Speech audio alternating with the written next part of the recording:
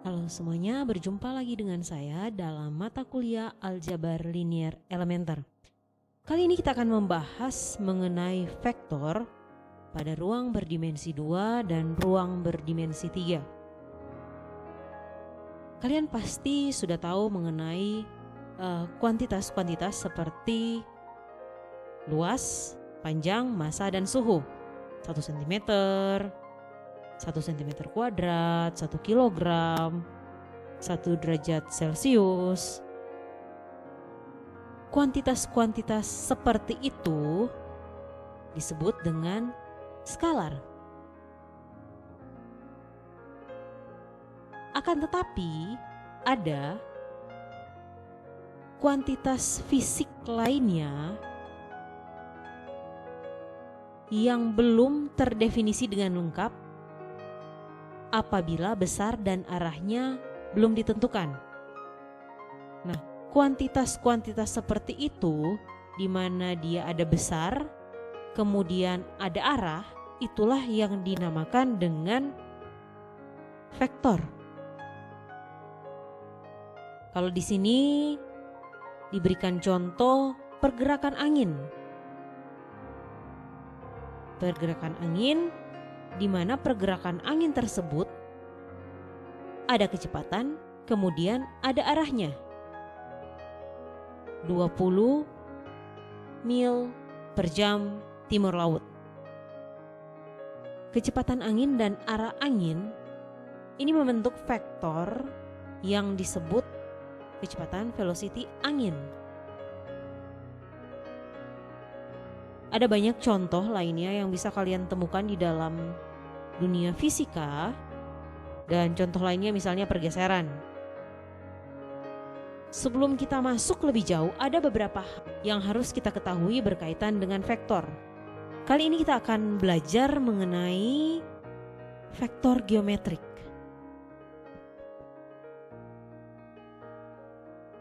Jadi bagaimana kita menggambarkan vektor? Pertama kita akan masuk ke dalam 2 dimensi terlebih dahulu. Jadi di sini ada beberapa hal yang harus kita garis bawahi, yaitu yang pertama adalah arah anak panah menunjukkan arah vektor. Sementara panjang anak panah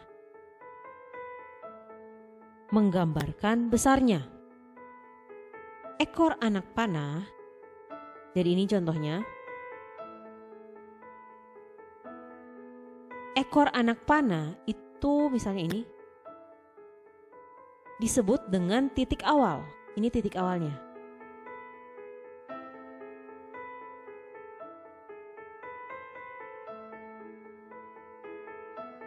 Sedangkan ujung anak panah adalah titik akhir. Initial point dan terminal point. Nah, terminal pointnya di sini. Titik akhirnya di sini. Titik akhir.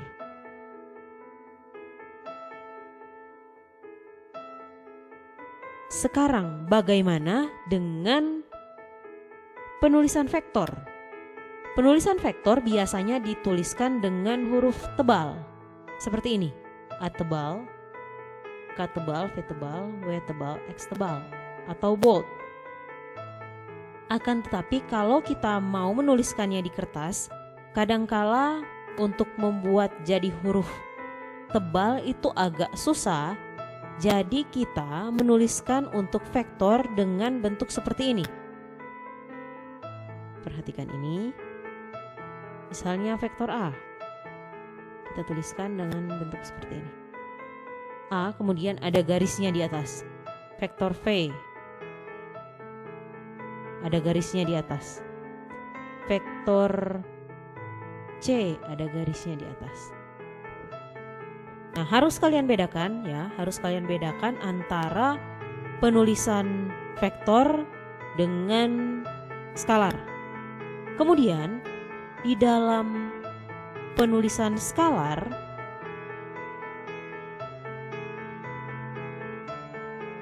dan kita mau menuliskan skalar tersebut di dalam bentuk huruf, misalnya A, K, V, W, X, kita harus menuliskan skalar tersebut dengan huruf miring, huruf kecil yang miring dan tidak bold, seperti ini.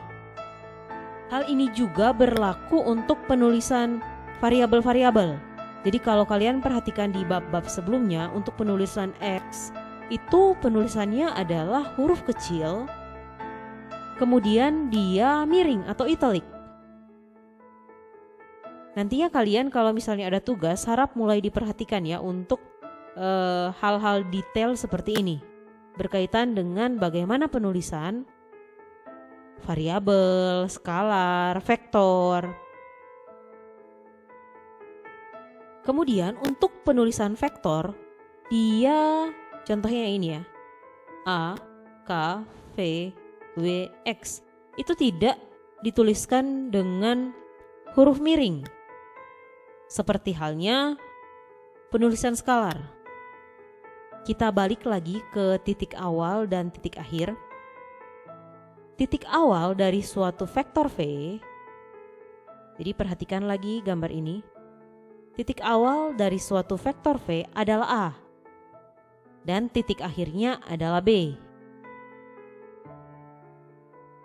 Biasanya dituliskan dalam bentuk huruf kapital.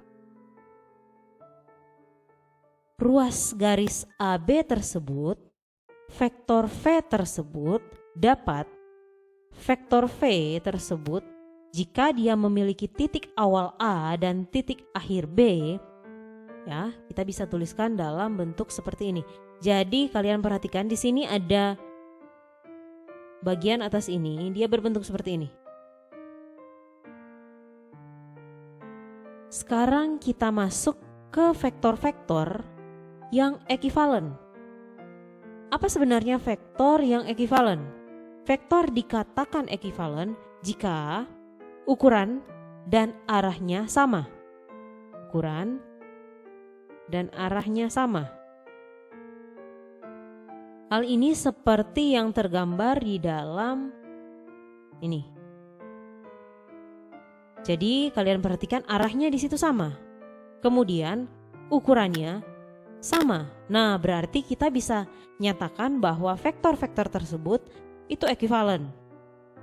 Vektor-vektor dikatakan ekivalen itu walaupun dia berada pada posisi yang berbeda-beda. Tetapi jika ukuran dan arahnya sama, maka kita bisa katakan bahwa vektor tersebut ekivalen. Sini, jika V dan W ekivalen, maka kita dapat menuliskan vektor V sama dengan W. Sekarang kita akan masuk kepada penjumlahan vektor. Nah, di sini coba kalian perhatikan definisi berikut.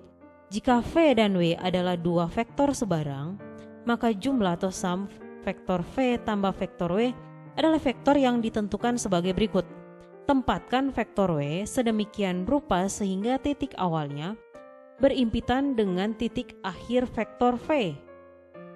Vektor V tambah vektor W diwakili oleh anak panah dari titik awal vektor V hingga titik akhir vektor W, seperti halnya yang tercantum di dalam gambar 3.1.2a yang ini. Jadi di sini ada vektor V. Kita tempatkan titik awal vektor W di titik akhir vektor V. Nah, kemudian vektor V tambah vektor W yang ini.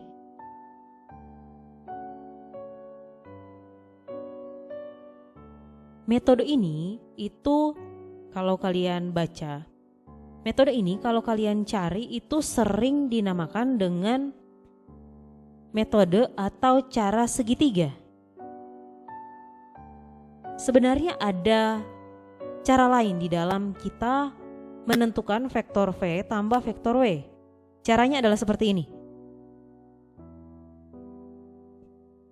Jadi kita gambarkan, ini vektor V dan ini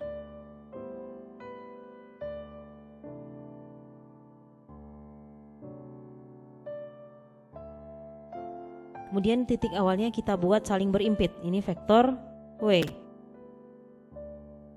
Nah, kemudian perhatikan ini. Kita buat garis bantu. Panjangnya ini sama dengan vektor W. Kemudian yang ini panjangnya sama dengan vektor V. Nah, vektor V tambah W adalah yang ini. Titik awal dari vektor V dan W, kemudian dia sampai ke sini. Kalau yang ini dia disebut dengan cara jajaran genjang. Kalau kalian perhatikan,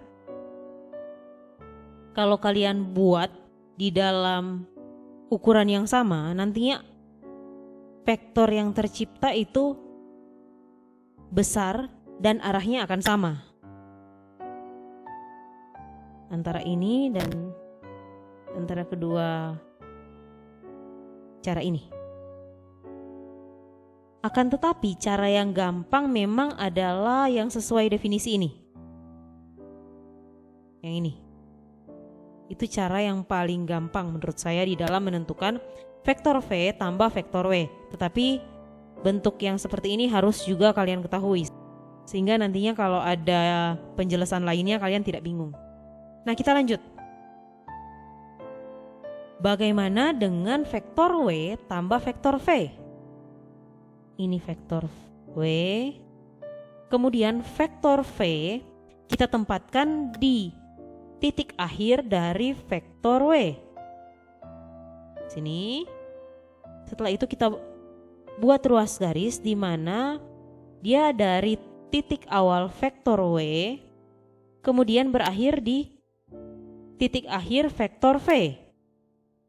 Nanti yang tercipta adalah vektor yang sama dengan vektor V tambah vektor W. Sehingga di sini kita dapat simpulkan bahwa vektor V tambah vektor W sama dengan vektor W tambah vektor V. Sekarang kita masuk ke dalam vektor 0. Apa itu vektor 0? Vektor 0 adalah vektor dengan panjang vektor tersebut 0. Zero vector. Dan dinyatakan dengan 0. Kemudian di bold atau 0. Nah, terserah kalian asalkan akan tetapi kalian harus konsisten ya. Kalau misalnya dari awal pakai 0 tebal atau V tebal, W tebal, sampai akhir kalian harus gunakan hal tersebut sehingga nantinya tidak bingung. Jadi di sini kalau suatu vektor ditambahkan dengan vektor 0, dia hasilnya adalah vektor itu sendiri. Seperti ini. Untuk setiap vektor V. Selanjutnya, secara alami vektor 0 ini dia tidak memiliki arah.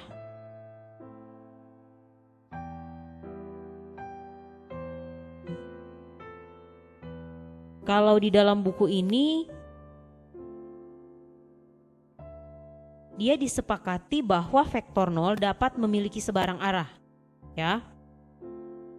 Selanjutnya di sini jika V adalah vektor tak nol, kemudian ada vektor lain di mana vektor lain tersebut dia besarnya sama dengan vektor V, akan tetapi dia arahnya berlawanan, maka dia dapat kita katakan negatif dari vektor V. Jadi apa itu negatif dari vektor V? Dia besarnya sama dengan si V, tetapi arahnya beda. Arahnya berlawanan. Seperti pada gambar ini. Nah, kalau kita jumlahkan, kalian coba cross check, nanti hasilnya adalah vektor 0. Selanjutnya kita akan masuk ke dalam pengurangan vektor-vektor. Jadi perhatikan definisi ini. Jika V dan W adalah dua vektor sebarang, maka selisih atau difference W dan V didefinisikan sebagai berikut ini. Didefinisikan sebagai vektor V kurang vektor W sama dengan vektor V tambah negatif vektor W. Secara geometris dia bagaimana? Nah, dia digambarkan dalam gambar ini. Nah, di sini bagaimana cara kita untuk menggambarkan selisih vektor V dan vektor W. Seperti halnya di dalam penjumlahan, di sini ada dua cara yang dapat kita gunakan untuk menentukan mana itu vektor V kurang vektor W. Di dalam gambar A, di sini ada vektor V dan vektor W. Nah, kita gambar negatifnya dari vektor W. Ini dia. Selanjutnya, kita buat yang sejajar dengan vektor V dan yang sejajar dengan negatif vektor W. Kemudian dari titik yang ini, di mana vektor V dan negatif vektor W, titik awalnya, kita tarik garis sampai ke sini.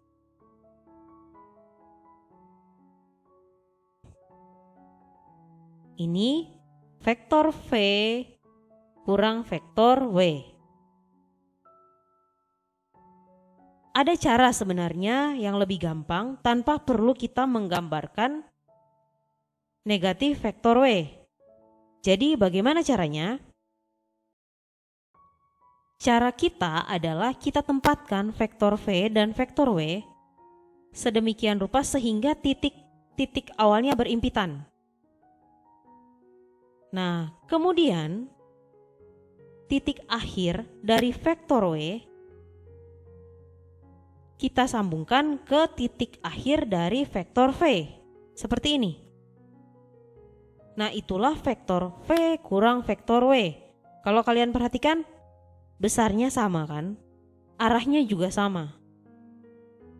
Cuman memang untuk caranya agak berbeda. Yang gampang sebenarnya adalah kita menggunakan bentuk ini.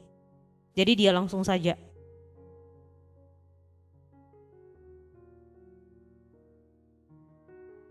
Sekarang kita lanjut ke yang berkaitan dengan skalar. Jadi ada definisi ini. Jika vektor V adalah vektor tak nol dan K adalah bilangan real, skalar tak nol, maka hasil kali atau produk K vektor V didefinisikan sebagai vektor yang panjangnya mutlak K kali panjang vektor V dan arahnya sama dengan V jika K-nya lebih dari 0 dan arah berlawanan dengan V jika K-nya kurang dari 0. Kita mendefinisikan skalar K vektor V sama dengan 0 jika K sama dengan vektor 0 atau vektor V sama dengan vektor 0. Atau di sini bisa berarti 2 ya. Bisa dua-duanya 0 atau salah satu saja yang 0. Atau salah satu saja yang 0. Nah, ini ada contoh-contohnya. Contoh dari perkalian antara suatu skalar dengan vektor. Di sini bisa kita perhatikan, kalau kurang dari 0, maka arahnya akan berlawanan, ya kan? Akan tetapi kalau dia lebih dari 0, dia arahnya sama. Vektor berbentuk KV, di mana K adalah skalar, V adalah vektor, disebut sebagai kelipatan skalar. Skalar multiple dari vektor V. Sekarang kita akan masuk ke dalam vektor dalam sistem koordinat. Dalam hal ini yang berdimensi 2.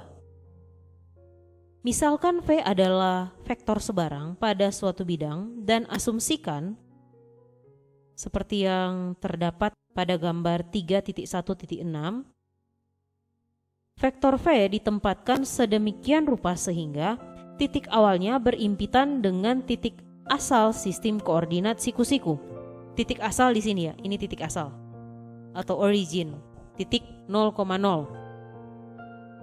Koordinat V1, V2 dari titik akhir vektor V disebut dengan komponen vektor V dan kita tulis seperti ini. Coba diperhatikan, jika vektor-vektor ekuivalen, vektor V dan vektor W terletak sedemikian rupa sehingga titik-titik awalnya jatuh pada titik asal, maka titik akhirnya harus berhimpitan. Dengan kata lain, vektor-vektor tersebut itu komponen-komponennya sama.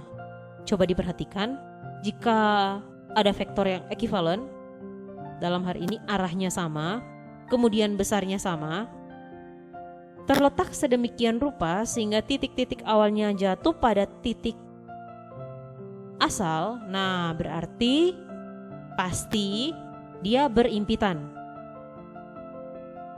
Misalnya ini ada dua vektor. Vektor V sama dengan ini, V1, V2. Vektor W sama dengan W1, W2. Sekarang kita akan lihat bagaimana vektor V ditambahkan dengan vektor W. Jika dia berada pada sistem koordinat, maka tentunya vektor V adalah ini, penggambarannya vektor W adalah yang ini. Sekarang bagaimana kita mau mencari vektor V tambah vektor W?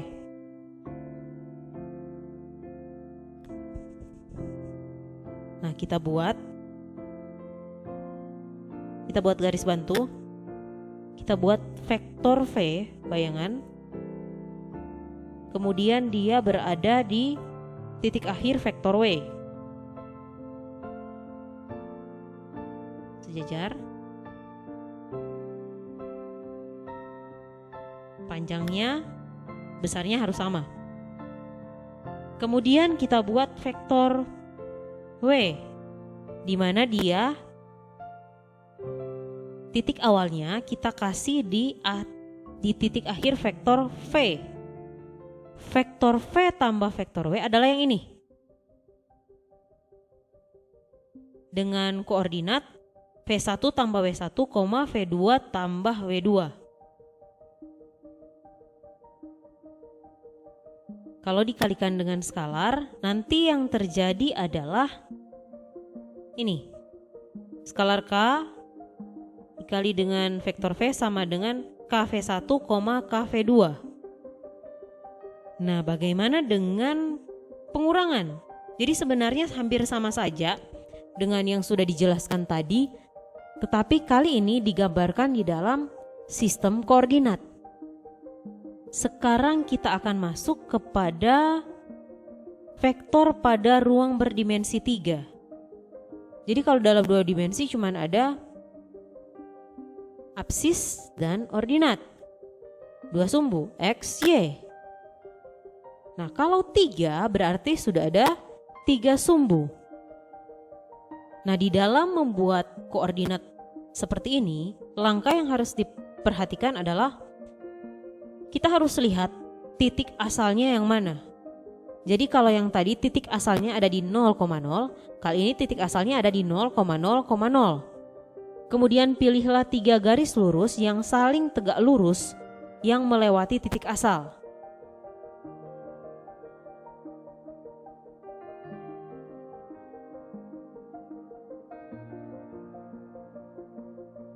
Dan berilah nama sumbu-sumbu ini X, Y, dan Z. Dan pilihlah suatu arah positif untuk masing-masing sumbu koordinat dan suatu satuan panjang untuk mengukur jarak. Setiap pasangan sumbu koordinat membentuk satu bidang yang disebut bidang koordinat. Bidang-bidang ini disebut bidang XY, bidang XZ, dan bidang YZ. Nah, berikut adalah contohnya. Di sini koordinat P. Jadi sebelum masuk ke dalam contoh bagaimana kita mau menggambarkan koordinatnya di dalam sistem 3 dimensi, di sini harus diperhatikan mengenai sistem koordinat Kartesius dalam ruang 3 dimensi. Sistem koordinat dibagi atau dikategorikan dengan dua sistem, yaitu sistem tangan kiri, left hand, dan sistem tangan kanan. Sistem tangan kanan memiliki sifat bahwa jika spiral biasa diarahkan ke arah sumbu Z positif, maka akan bergerak naik. Jika sumbu X positif diputar 90 derajat ke arah sumbu Y positif. Sistem ini disebut sistem tangan kiri jika spiral bergerak turun. Perhatikan ya. Jadi pada sistem tangan kanan, sumbu Y dan sumbu Z itu terletak pada bidang kertas dengan arah positif, masing-masing ke kanan dan ke atas. Jadi di sini positif, positif. Kemudian sumbu X tegak lurus kertas dengan arah positif menuju ke arah sini. Ini positif. Jadi dia dinamakan tangan kanan karena jika jari-jari tangan kanan dikepalkan, nanti akan melengkung dari sumbu X positif ke arah sumbu Y positif. Kemudian ibu jari akan mengarah ke sumbu Z positif. Nah, selanjutnya untuk tangan kiri, dia memiliki sumbu X dan sumbu Z terletak pada bidang kertas dengan arah positif masing-masing ke kanan dan ke atas. Kemudian sumbu Y tegak lurus dengan arah positif ke arah sini. Ini X, ini Y ya.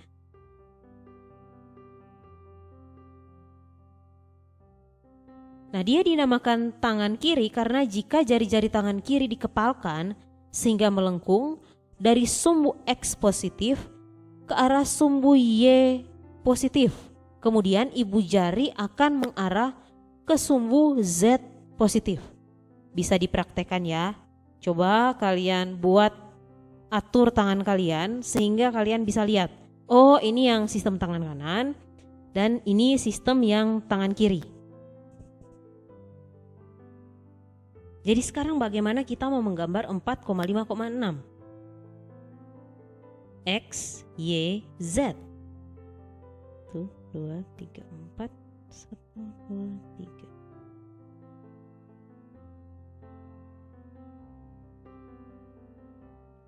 Sekarang perhatikan, XY ada di mana XY? Oh, dia ada di sini.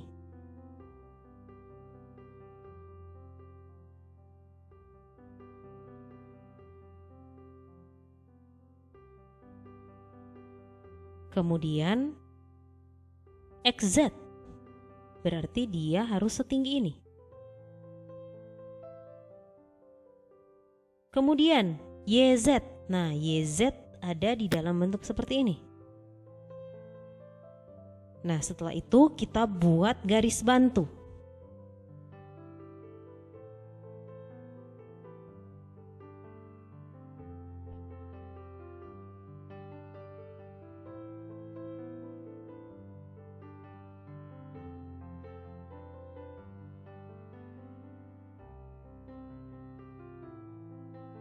Dan kita lihat. Oh, ternyata dia ada di sini. Atau kalau mau lebih mudah, perhatikan pertama, XY-nya di mana?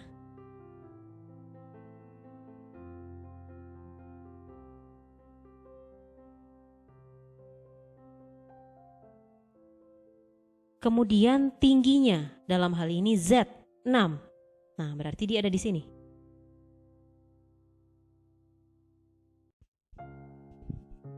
Sekarang kita akan mencoba gambar B. Negatif 3, 2, negatif 4. Ingat, X, Y, Z.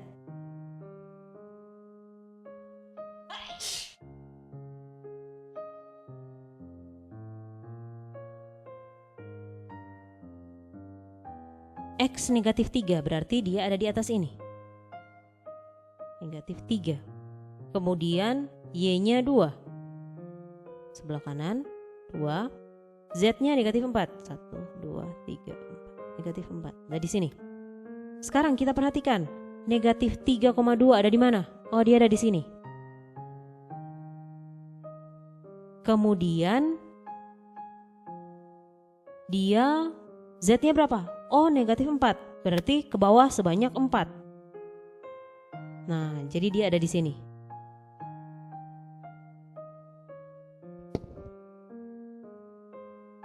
Jadi intinya di sini ada banyak cara untuk dapat menentukan dia ada di mana, titik tersebut ada di mana, asalkan sesuai dengan mekanismenya ya. Sesuai dengan mekanismenya bagaimana untuk menentukan titiknya ada di mana dan tepat tidak titik tersebut. Nah, selanjutnya di sini. Jadi di sini coba perhatikan ada dua vektor V dan vektor W. Selanjutnya jika vektor V sama dengan V1, V2, V3 dan vektor W sama dengan W1, W2, W3 adalah dua vektor pada ruang berdimensi 3. Maka hal yang terjadi pada yang berdimensi 2 itu akan berlaku pada yang berdimensi 3 juga. Dalam hal ini untuk penjumlahan dan perkalian dengan skalar. Jadi untuk vektor V tambah vektor W, dan ini untuk skalar K dikalikan dengan vektor V. Untuk perhitungan komponennya sama saja. Ini ada contohnya, saya harap kalian pelajari. Di sini ada contoh agar kalian dapat lebih memahami mengenai perhitungan vektor dengan komponennya pada 3 dimensi. Contohnya sebagai berikut. Jika vektor V sama dengan 1, negatif 3,2 dan vektor W sama dengan 4,2,1, maka kita akan mendapatkan ini. Vektor V tambah W sama dengan ini. Kemudian 2 kali vektor V negatif vektor W dan V kurang vektor W atau vektor V tambah negatif vektor W. Kemudian vektor V kurang vektor W sama dengan V tambah negatif vektor W, dan hasilnya adalah ini. Perhitungannya sama saja dengan perhitungan yang sudah kita pelajari di dalam 2 dimensi.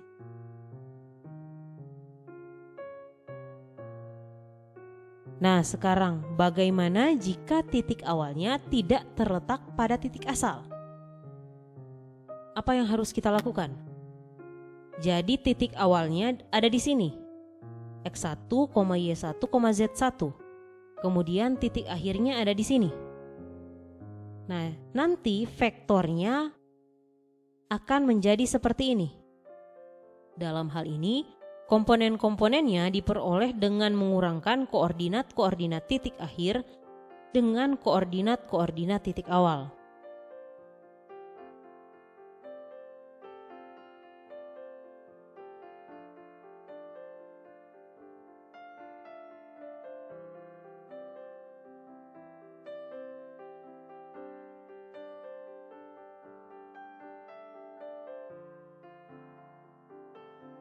Nah, sekarang kita masuk ke dalam contohnya, di mana kita mau menentukan komponen vektor tersebut.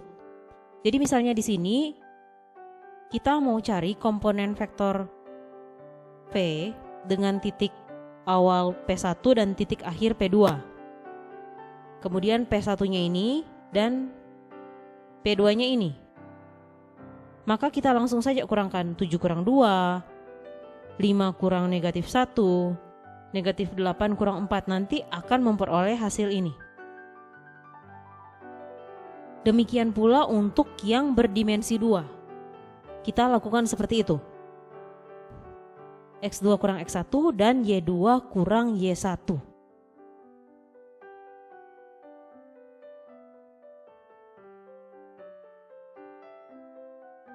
Yang berikutnya adalah translasi sumbu. Jadi penyelesaian soal kadangkala dapat dilakukan dengan memindahkan atau melakukan translasi sumbu-sumbu koordinat untuk memperoleh sumbu-sumbu baru yang sejajar dengan sumbu yang semula. Kalau kalian perhatikan untuk bagian A ini, gambar ini, kalian lihat dia dipindahkan di sini. Jadi pada gambar tersebut kita mentranslasi sumbu-sumbu dari sistem koordinat XY untuk mendapatkan sistem koordinat X aksen Y aksen dengan titik asal O aksen dengan X, Y sama dengan K, L.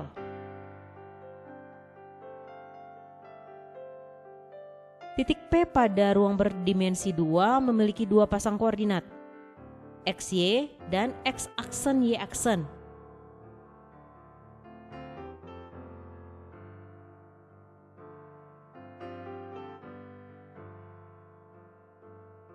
Nah, di sini kalian coba perhatikan pada sistem XY titik awalnya K, L.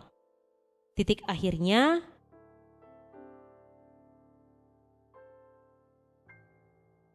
X, Y. Nah, ketika kita melakukan translasi, nanti yang terjadi adalah ini. Jadi di sini pada sistem XY titik awalnya adalah K, L dan titik akhirnya adalah X, Y. Nah, nanti O aksen P adalah X, K, Y, L. Pada sistem X aksen Y aksen titik awalnya adalah pada 0,0. Kemudian titik akhirnya adalah X aksen Y aksen. Jadi bentuknya akan menjadi seperti ini. Karena X aksennya Y aksennya yang ini. Jadi ini untuk persamaan translasi. Nanti lebih jelasnya di dalam contoh.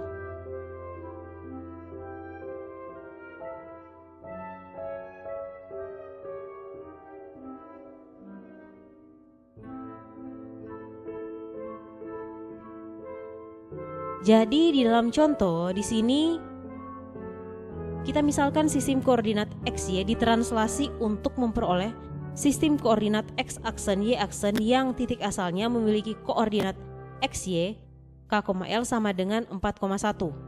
A. Tentukan koordinat X aksen Y aksen dari titik P yang koordinat X, Y-nya 2,0. Yang B. Tentukan koordinat XY dari titik Q yang koordinat X aksen Y aksennya adalah negatif 1,5. Jadi kita bawa ke dalam persamaan translasi. Nanti kita akan memperoleh ini. X aksen sama dengan ini, Y aksen sama dengan ini. Dari situ dengan memasukkan XY, X2, Y0. Nah, kita dapat menemukan X aksen negatif 2 dan Y aksen adalah negatif 1. Nah, selanjutnya sebaliknya dari kasus A. Jadi kalau kasus A kita mencari X aksen Y aksen, kalau kasus B kita mencari X dan Y. Jadi cukup bentuknya diubah. Nah, kemudian kita langsung masukkan X aksen dengan negatif 1 dan Y aksen dengan 5. Nah, diperoleh ini. Hal ini juga ya berlaku untuk yang berdimensi 3 seperti ini.